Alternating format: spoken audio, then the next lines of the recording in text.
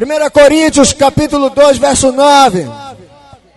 1 Coríntios capítulo 2, verso 9. Eu peço que você abra a sua Bíblia para um amigo visitante nessa noite. Os irmãos intercessores ficam assim ao lado, orando, lá atrás, orando. Desse espaço aqui na frente para a gente poder estar pregando. E as pessoas atentas ouvindo a palavra do Senhor. Continue nessa batalha, nessa guerra comigo.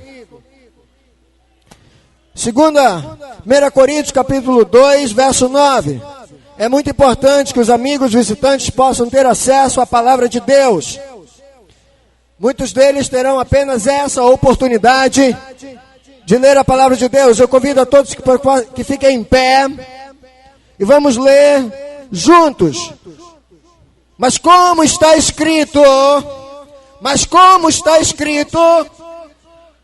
nem olhos viram, nem ouvidos ouviram, nem jamais penetrou em coração humano o que Deus tem preparado para aqueles que o amam. Eu vou novamente ler para ficar bem claro sobre as suas mentes. Nem olhos viram, nem ouvidos ouviram, nem jamais penetrou em coração humano o que Deus tem preparado para aqueles que o amam. Dá uma salva de palmas, poder sentar em nome de Jesus. Continua glorificando o nome de Deus. Não pare de glorificar o nome de Deus. Eu saúdo, saudações da parte do Senhor Jesus Cristo a todos aqueles que um dia conheceram as profundezas de Deus. Glória ao Senhor. Todos aqueles que sabem o que o Espírito Santo de Deus é capaz de fazer na vida de um homem ou de uma mulher. Também saúdo todos aqueles que estão interessados em descobrir Deus de fato e de verdade. Não um Deus de ouvir falar histórias, não um Deus de ouvir falar histórias, ou um Deus de ver imagens, não, mas como disse Jó, eu te conhecia apenas de ouvir falar, mas agora o meu relacionamento contigo é de fato e de verdade. A todos vocês, eu saúdo com a graça e a paz do Senhor Jesus. Fato e verdade. É isso que eu quero que você passe a conhecer a Deus, de fato e de verdade. E falando em verdade, você pode nessa noite seguir 2 caminhos durante minha pregação. E eu vou pedir que os pais me ajudem muito com as suas crianças, porque os balões agitam elas. E esse momento agora é muito importante. Prometo que eu vou ser o mais breve possível, para que você não sinta tanto calor, mas que a palavra faça efeito no seu coração. Você pode seguir 2 caminhos durante esta pregação. O primeiro deles é saber que a palavra que eu estou dizendo é baseada em apenas um livro religioso, que foi escrito por uma dezena de pessoas que inventaram a tal chamada Bíblia, e que ela é uma invenção humana e não tem nenhum valor. Então, se eu estou pregando essa palavra de origem humana, eu peço que você desconsidere tudo, absolutamente tudo, o que eu irei dizer nessa noite. Mas se você crê que existe Deus e que Ele tem a sua palavra e que eu sou um ministro do Evangelho do Senhor, não despreze as palavras que eu irei dizer. Guarde ela no seu coração, guarde ela na sua alma, porque elas são palavras de vida eterna. Porque a sabedoria do mundo é loucura para Deus. A sabedoria de Deus é loucura para o mundo. Mas para nós, aqueles que sabemos que Deus existe, a palavra de Deus é sabedoria, poder, graça, misericórdia, unção, muita unção. Vinda diretamente daquele que nos tirou das trevas para a sua maravilhosa luz. A Ele, Jesus Cristo, aquele a quem eu represento nessa noite, o Filho de Deus, o meu Deus e o seu Deus. Dê uma salva de palmas para Jesus.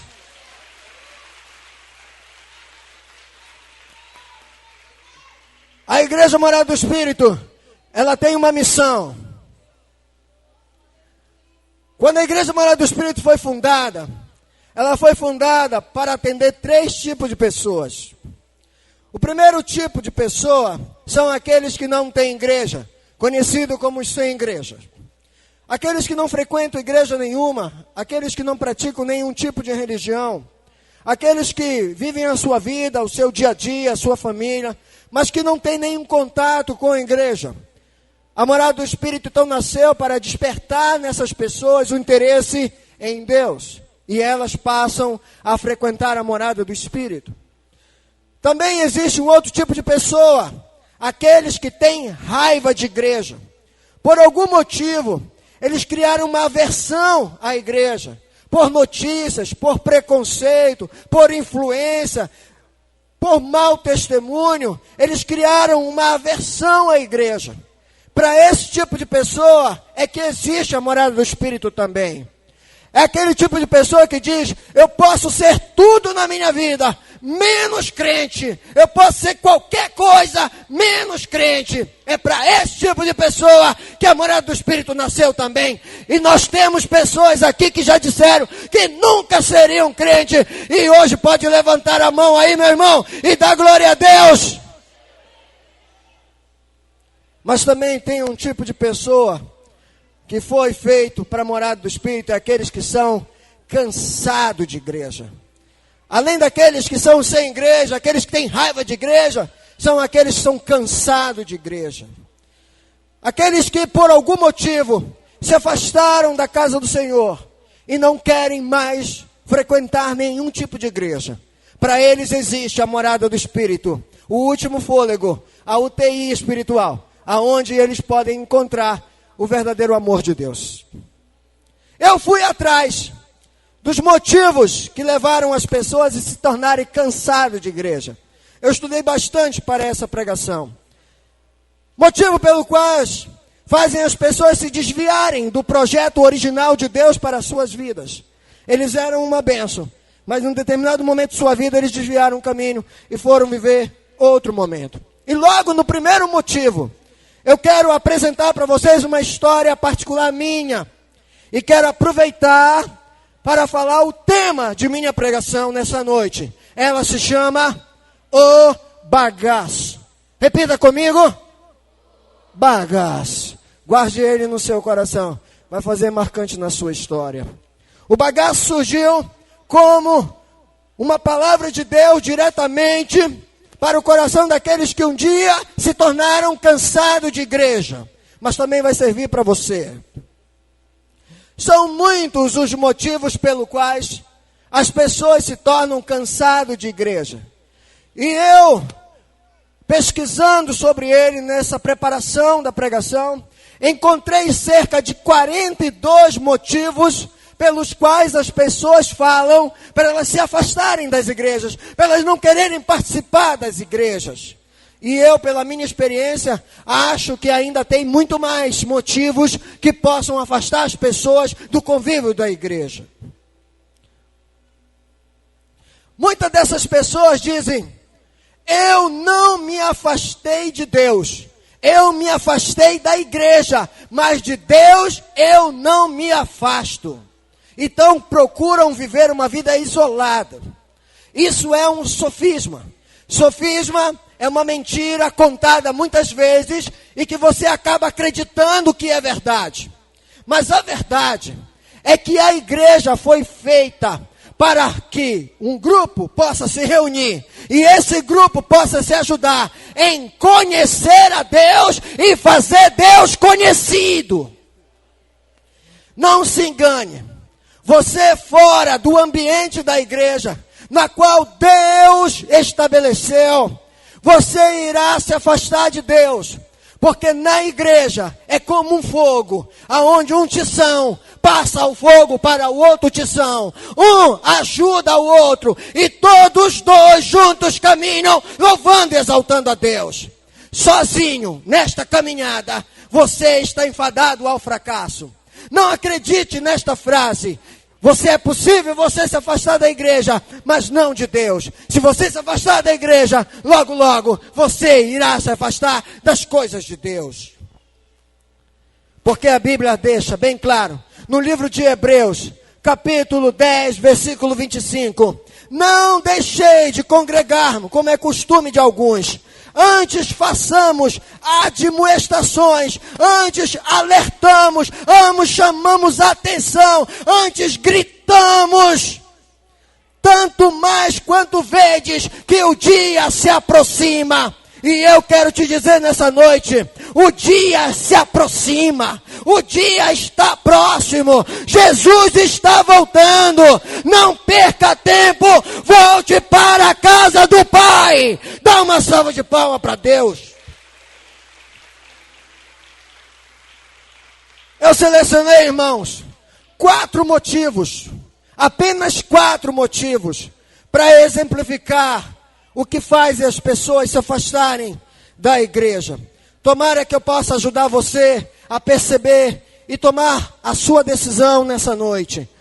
Então, vamos lá para o primeiro motivo. Repita comigo: a pobreza. Repita comigo: a pobreza. Mais uma vez, irmão. Só as crianças que falaram. De novo, irmão. Não pare de orar, intercessores. Não pare, é uma grande batalha que estamos hoje aqui. Amados, o primeiro motivo que eu quero falar para você que afasta as pessoas da igreja é a pobreza. Mas olha, irmão, a pobreza que eu estou me relatando aqui é a pior de todas elas. Que não é a pobreza de financeiro, é a pobreza de espírito. Porque, irmão, a pobreza é uma coisa, uma desgraça. A desgraça na vida de um ser humano. Rapaz, é uma coisa difícil. A pobreza de espírito, a pessoa deixa de ser pobre financeiramente, ela larga a pobreza, mas a pobreza não larga ela. Ela continua com o pensamento de pobre. Amados, eu me lembro que a primeira vez que eu coloquei um bebedouro na igreja, eu achei uma graça aquilo. Primeira vez que eu coloquei um bebedouro na igreja, com aquele copinho descartável, e um cafezinho lá para as pessoas tomarem. No meio do culto, quando eu olhei, estava um monte de gente com um copinho descartável, tudo tomando água, sabe, na hora do culto. Isso é coisa de pobre, né, irmão? Nunca tinha visto lá água mineral, água descartável lá. Então eles foram pegar e ficavam tomando, essa era repleta. E para completar, depois que acabaram de tomar água, os pés não ficavam amassando aquele copo, crec. E tinha uns que eram mais pobres ainda, que estavam rasgando o copo, sabe? Ficavam rasgando aquele copo, ficava todo rasgadinho. É coisa realmente de pobre. Eu também já passei uma experiência dessa de pobre. Amados, teve um tempo na minha vida que eu tive uns problemas de ordem emocional muito séria. E aí então eu estava naquela fase de depressão, aquela fase ruim, sabe? Aonde você só quer ficar sozinho, aquela fase que você vai pro quarto, o escuro, liga aquela música tipo Ministério Zoe, sabe? Sabe, Ministério Zoe, aquela coisa melosa, sabe? Que foi feita para te chorar, para querer se matar. Sabe aquele brega que você escuta que foi feita para te matar? Ah, ela me deixou, ela fez isso, aquilo, que eu vou morrer. Aquela coisa de tristeza absoluta. Que você acha que Deus não está mais perto de você. Que você acha que Deus se escafedeu-se de perto de você. Deus, então, me deu um presente. Eu fui, irmão, estudar, fazer a faculdade, e lá chegando lá, eu estava com esse pensamento assim, de pobreza de espírito, e aí uma pessoa chegou e disse assim: olha, nós somos de uma empresa chamada Chanflora, do Brasil, aquela que faz o chamequinho, e a gente está oferecendo aqui algumas passagens para os universitários viajarem e conhecerem a Chanflora. Meu coração estava assim, então, qualquer coisa tá bom. Aí o rapaz me ofereceu, eu disse: põe meu nome aí que eu vou. Meus colegas disseram: tá ficando maluco, rapaz, tu não conhece o cara, tu já vai aceitando aí? Isso, não, põe meu nome, eu queria mesmo era ir embora. Aí disse: tu vai? Eu vou. Então eu vou também, mais uns 2 colegas me disseram. Aí nós contamos para os outros, e disseram: não, rapaz, isso é coisa, isso é trambique. No outro dia, o rapaz bateu lá na porta da escola, lá da sala: gostaria de falar com o seu João Antônio. Aí o professor disse assim: pode sair, João, pode ir lá. Olha, não te falei que ia dar confusão, isso vai dar confusão, para confusão, os caras me diziam. Quando eu saí de lá, o rapaz disse: olha, está aqui sua passagem, a viagem amanhã, o senhor se prepare, está aqui dos seus amigos também. Rapaz, eu venho com aquelas passagens lá, assim, esfregando na cara dos meus colegas, né? Tá aqui, seu bando de besta, eu vou viajar. No outro dia nós pegamos, irmão, o avião, fomos embora com tudo pago. Era um presente de Deus para minha vida. Era um carinho de Deus para minha vida. Irmão, a melhor passagem, a melhor viagem que eu já fiz na minha vida foi essa, porque não paguei nada. Quando você viaja e não gasta nada, é a melhor viagem do mundo, irmão. Amados, fomos tratados como rei. Eu nunca fui em lugares mais bonitos, fiquei num quarto imenso, irmão, imenso, muito bem tratado, comia do bem e do melhor. Fomos conhecer São Paulo todinho, irmão, foi uma bênção a viagem. E no último dia, nós fomos almoçar, e os donos lá eram muito ricos. E nós fomos na churrascaria de uma dupla sertaneja que era muito famosa na época, o Chitãozinho e Chororó. Eles têm uma churrascaria lá em São Paulo, uma enorme da churrascaria. E ele levou a gente lá, uma turma de mais ou menos uns 15, 20 pessoas. Amados, nós entramos para almoçar, eu estava com fome, aquela pobreza, aquele pensamento de pobre. Irmão, quando eu olhei, aquele bando de azeitona, aquele bando de calabresa, aqueles queijozinho cortado, irmão, aquela mortadela, meu irmão, eu comi. Ai, mas eu comi, irmão. Depois que acabou, tomava aquele refrigerante, sabe? Direto. Aí nós entramos. O rapaz disse, agora nós vamos entrar no restaurante. Eu disse, não era um restaurante ainda? Ele disse, não era. É só a entrada aqui, onde as pessoas tomam um aperitivo e tudo. Eu disse, é? Ah, bom então. Aí passamos por uma outra sala, cheia de legumes, irmão. Legumes, muitos legumes. E eu enchia a minha pratada, aquela coisa cheia de maionese, sabe? Aquela coisa assim. Eu fiz e comi, irmão. Aí depois ele reuniu assim, mandou chamar o Chitãozinho e Chororó, porque eles eram muito ricos. Eles vieram, sentaram na mesa com a gente. E aí então foi servido o almoço. Agora nós vamos servir o almoço. Eu disse, agora que vai servir o almoço? Isso agora que nós vamos servir o almoço. Aí, irmão, começou a passar. Aí a pessoa chegava, aqueles garçons super chiques, olha, senhor, filé mignon, o senhor aceita? Eu, não. Passava outro assim, aqueles, sabe, escarpaccio, irmão, que é uma comida chique, olha, o senhor quer escarpaccio? Falei, não quero. Chegava salmão grelhado, o senhor quer salmão? Não, eu não quero. Você quer creme de papai? Eu não quero. Eu estava estupefado de comer, porque eu tinha me acabado naquela calabresa, naquela toscana, naquele espetinho lá, coisas horríveis, pensamento de pobre.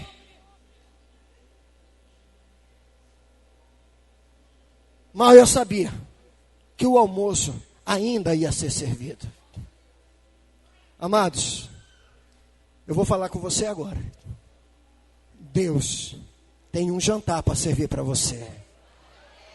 E quando você iniciou, o demônio te ofereceu o bagaço, te ofereceu porcaria, te ofereceu calabresa, um monte de guaraná, garoto, e tu te entupefou disso aí. Não era para você estragar o teu tempo, porque o jantar ainda vai ser servido.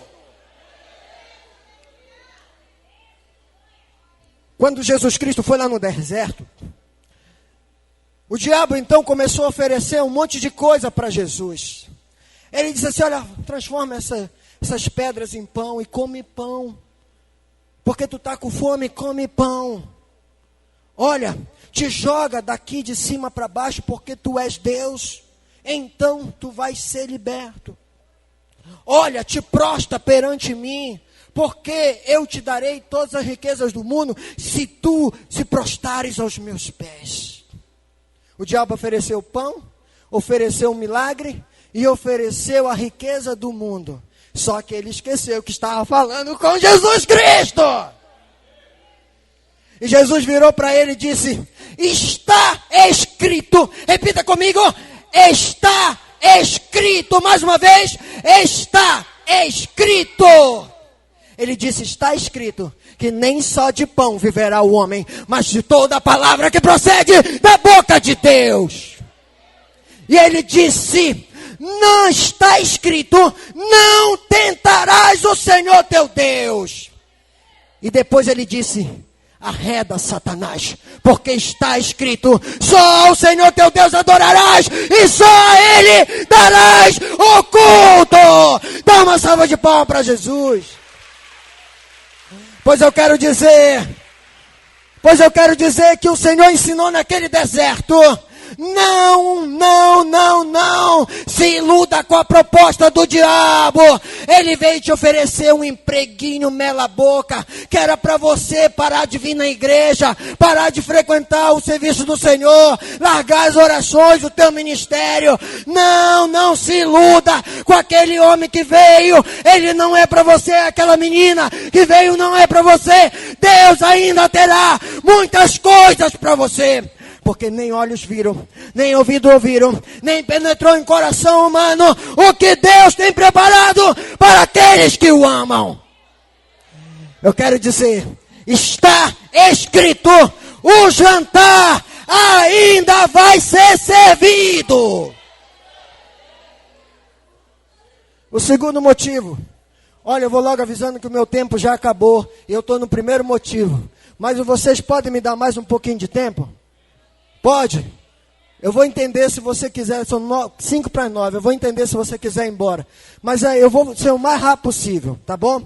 Mais rápido possível. O outro motivo que leva as pessoas a saírem da igreja são ofensas e frustrações. Parece bobagem, irmão. Parece muita bobagem, mas isso aqui é um dos maiores motivos que levam as pessoas a se afastarem da igreja. Às vezes elas se afastam da igreja porque se ofenderam lá na recepção. Pode parecer bobagem, mas é verdade. Elas não gostaram do aperto de mão da irmã. Tem irmã que tem um aperto de mão um pouco nojentinho, você já viu? Ela aperta só a pontinha dos dedos, é horrível isso, né? Aí ela dá a mão como se ela fosse uma lady, né? Uma lady, ela dá a mãozinha assim, puxa a mão. Coisa assim meio de gay, sabe? Uma coisa meio chata. Amados, tem gente que se ofende com isso. Tem gente que se ofende porque o pastor não pôde ir na casa dele na hora que ele marcou. Tem gente que se ofende, irmão, porque o irmão não orou por ele.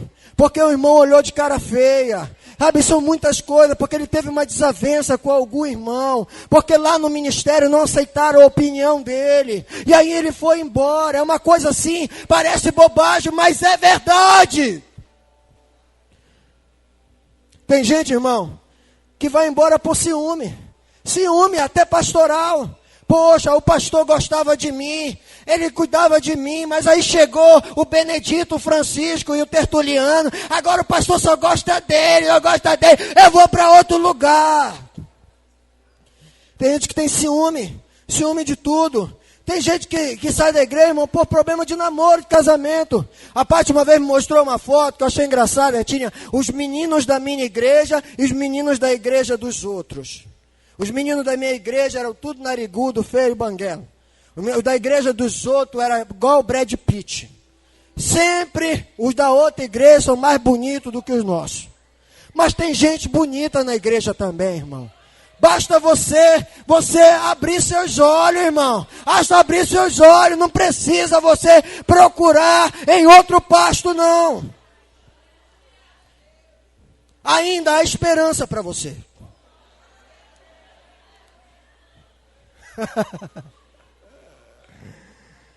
Mas olha, por trás de tudo isso, de todas essas bobagens, a verdade é o que afasta as pessoas da igreja, é isso aqui, ó.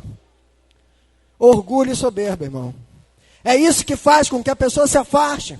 Porque ela não tem condições de pedir perdão e nem de aceitar perdão. O orgulho é tão grande que faz ela simplesmente ir embora. Que tristeza, irmão. Porque Jesus está voltando. Eu digo a você, não desperdice a sua bênção por bobagem. Não desperdice a sua bênção por bobagem. Porque vai chegar um tempo na sua vida que você vai lembrar que você desperdiçou a maioria dos seus dias lá no mundo por bobagem. Você poderia estar muito melhor servindo ao nosso Deus. Você desperdiçou a sua bênção, a bênção da sua família, do seu filho, por bobagem. Você decidiu ficar ofendido. Mas eu quero dizer a você, decida liberar o perdão nessa noite. Você pode muito mais do que isso.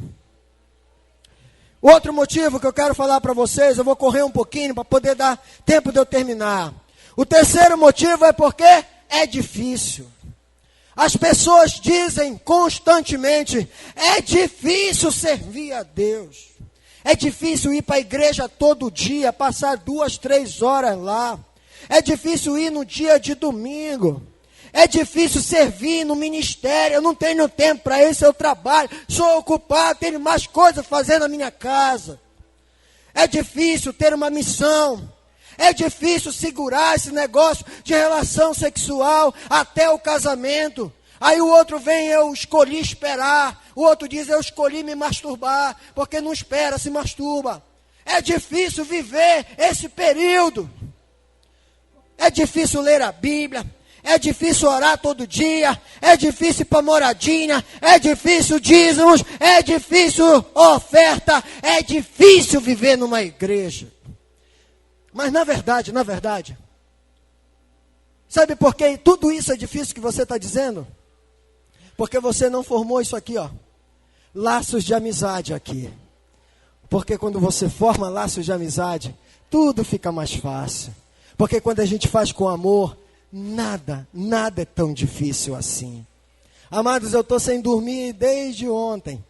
Passei a madrugada toda trabalhando. Hoje de manhã só dei um cochilinho, já vim para cá para a igreja. Passei o dia todo trabalhando, estou assim, cansadíssimo. Mas você pensa que eu estou infeliz? Eu estou muito feliz, porque eu estou pregando a palavra de Deus. Não é difícil. Porque aqui eu tenho muitos amigos, muitos irmãos. Eu formei laços de amizade aqui. E eu sinto falta da casa de Deus. Por isso que o salmista dizia, eis que eu me alegrei quando me disseram, vamos à casa do Senhor. Porque lá é que estão os meus irmãos. Lá que está a minha vida. Lá que está a minha essência. Porque afinal de contas, a Bíblia diz isso aqui, ó. Porque esse é o amor de Deus, que guardemos seus mandamentos, e os seus mandamentos não são penosos. A verdade é essa, os mandamentos de Deus não são penosos.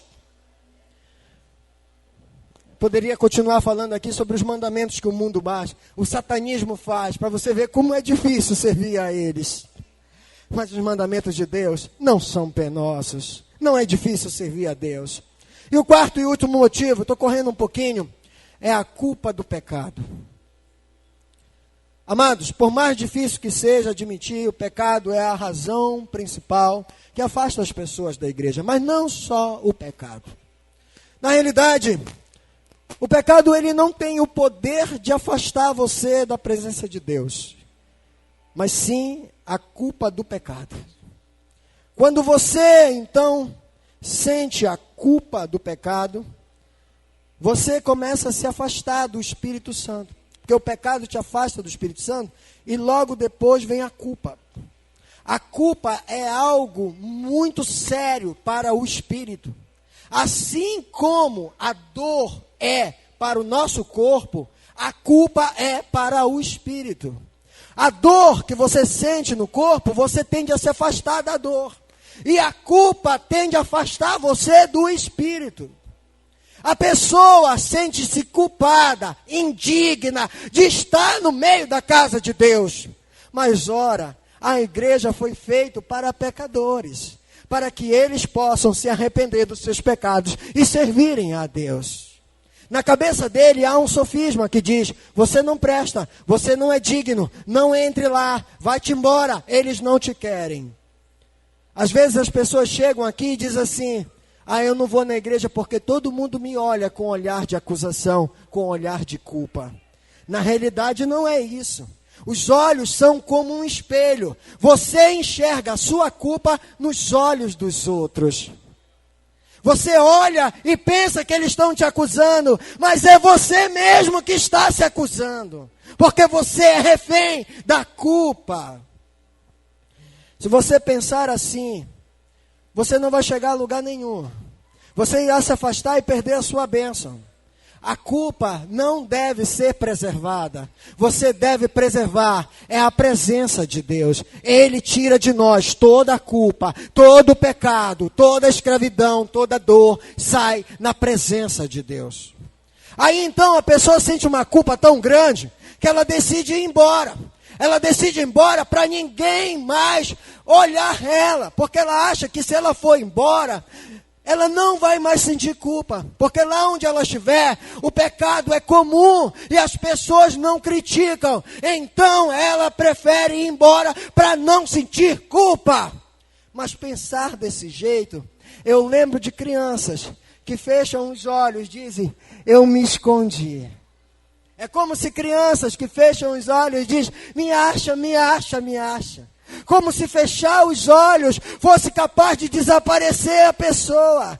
Como se fechar os olhos fizesse ela sumir. Ela só fechou os olhos, mas ela continua lá no mesmo lugar.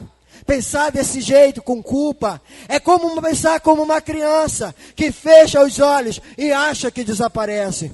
Mas no mundo real, fechar os olhos para o pecado, fechar os olhos para o problema, não faz os problemas desaparecerem. Eles continuam lá. Abra os seus olhos, Deus fará toda a culpa sair de dentro de você.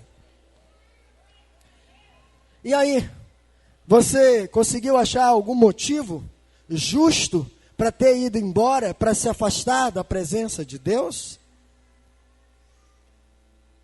Eu quero dizer a você que você iniciou. Achou algum motivo justo? Parecem todos eles sem motivo justo.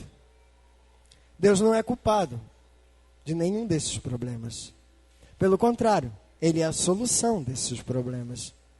O diabo fez achar que você indo para longe, você ia resolver os problemas.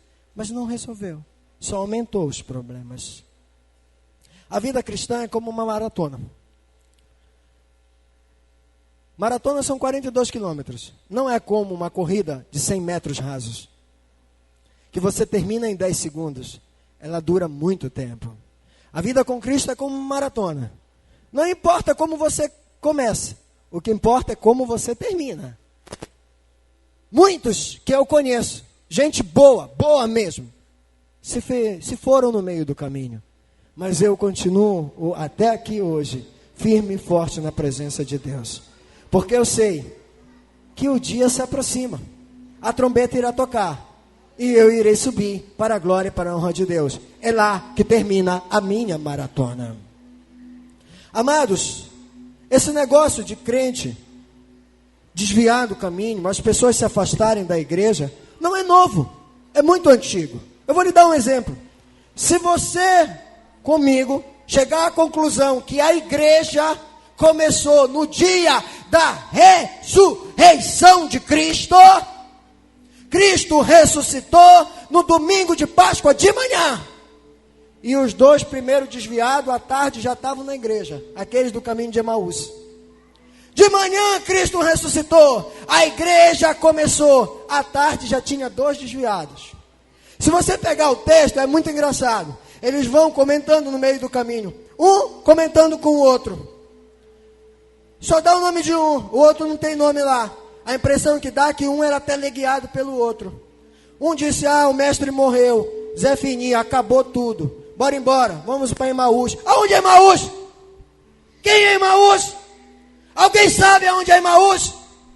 É uma cidade de 12 quilômetros de Jerusalém, que não tem nada, não produzia nada, não tem fato relevante na história. E eles saíram de Jerusalém para Emaús. Desviaram do caminho. Aí Jesus foi em direção a eles, conversou com eles. Eles estavam cegos espiritualmente, nem conheceram Jesus. Foram contando um monte de conversa fiada. E no final, que eles perceberam que estavam na frente do mestre, voltaram na mesma hora do caminho e foram para a cidade de Jerusalém, aonde estava a bênção deles. Às vezes desviamos igual o pessoal de Emaús, por dar ouvido à conversa fiada, cegueira espiritual ou perda completa da esperança. Bom, meu caro irmão, meu caro amigo em Cristo, eu quero te dizer que nenhum motivo desses é justo de se afastar de Deus e da sua casa. Quando você lembra e olha para o sacrifício de Jesus na cruz do Calvário. Aí todos os motivos perdem o efeito. Ele não desistiu de você. Eu vou repetir novamente. Ele não desistiu de você. Ele foi até o final. Mesmo que as pessoas o abandonaram, mesmo que as pessoas desistiram dele, ele não desistiu de você. Ele foi até o final, morreu na cruz do Calvário e ao terceiro dia ele ressuscitou.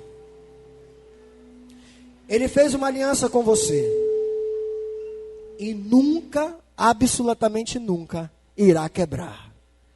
Você quebrou a aliança com ele, mas está na hora de voltar. Ele está esperando você, orgulhoso, se você tomar a decisão de entregar a sua vida de volta ao Senhor. Mas a escolha é somente sua. Ele não parou de te amar, ele não parou de te proteger, ele não parou de te cuidar em hipótese alguma. O seu nome ainda está escrito em sua mão. E toda vez que ele lembra de abençoar, ele vê o teu nome em suas mãos. Eu não esqueci de você. Eu tenho saudade de você. Se eu não esqueci de você, quanto mais Deus. Deus não esqueceu de você. Mas a escolha de voltar para a casa do Pai é sua. Se eu fosse você, eu deixava o orgulho de lado e me humilhava aos pés da cruz de Cristo. Tragam as cruzes de Cristo aqui para frente, por favor. A réplica, uma ilustração da cruz de Cristo. Se eu fosse você, eu voltava para a casa do Pai. Eu retornava aos pés da cruz de Cristo. Sabe por quê? Porque é na casa do meu Pai que eu sou feliz. É na casa do meu Pai que eu posso viver. Muito obrigado por você ter me escutado. Que Deus abençoe e que esta palavra possa fazer muita, muita diferença no seu coração. Que Deus abençoe, que Deus me proteja.